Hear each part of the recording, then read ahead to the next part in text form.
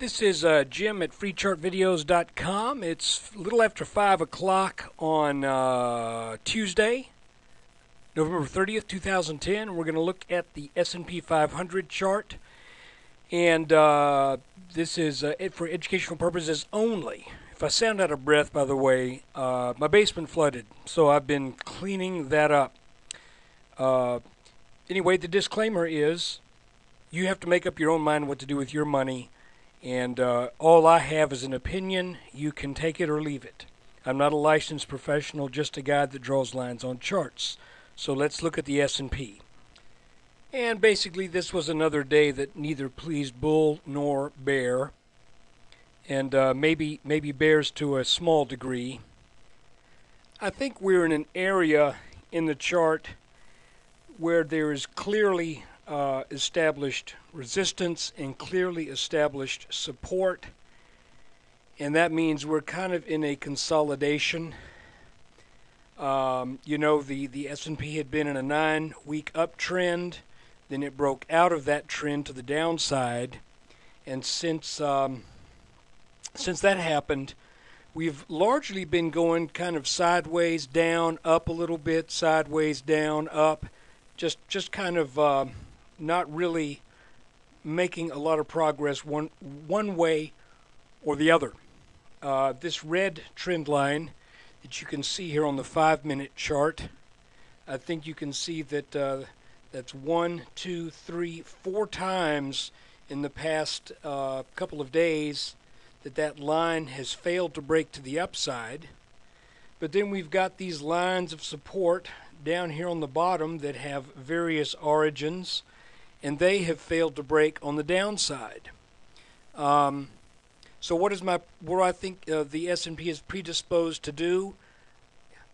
Just kind of looking at the overall downward slant of this, I would say that there is probably a little bit more possibility that this ends up breaking up rather than down.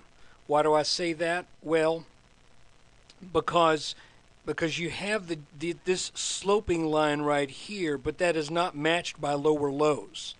So we're really getting a series of slightly higher lows and a series of lower highs, and I believe that's going to squeeze things to a point to where this is not like an 80% probability. I'm thinking maybe 60-40. That this red line is going to break, and we're going to go back and we're going to retest this green line up here. So let's back out just a second and take a look at the longer range.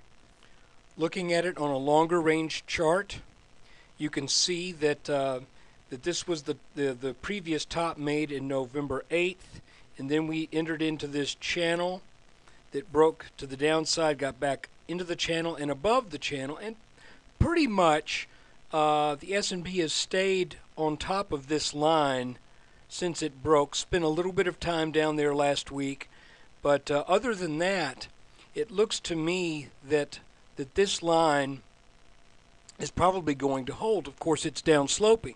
So you might say, well, what if we test it in a month? Well, if we test it in a month, then we're going to be looking at some pretty serious loss of ground. But I don't think that's going to happen. I think we are in this trading range defined by this line and this line, and I believe that we are still destined for the 1240 to 1250 as a minimum. Now, I want to look at another time frame on this chart because there was something else that happened today I want to show you. All right, here's a little bit closer look at the past 3.5 days of trading, and what I want you to see is where we bounced today right here, and what technical significant line can be drawn that makes sense for this having held up early today when the S&P really got hammered down hard. Let's start at this peak here and draw it across this peak right here. That also defines the area where this broke out yesterday late. We did trade briefly underneath this line, but to my eyes, once this is a clear breakout right here. So really what I think happened early on this morning was just a very severe and a reactionary pullback to that big move that we had yesterday afternoon. And look where we end up after all of this is said and done. We kind of end up in the same area that is about midway through the breakout that we had yesterday. So, bulls, you know, that there's caution in the air. You need to look at this line and hopefully get above it.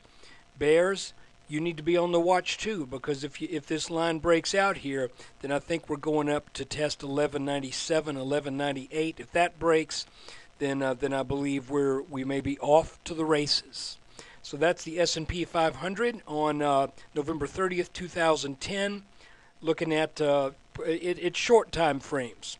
If you need to look at a longer time frame, I've got lots of videos that go over the daily chart, and even some that go over weekly charts.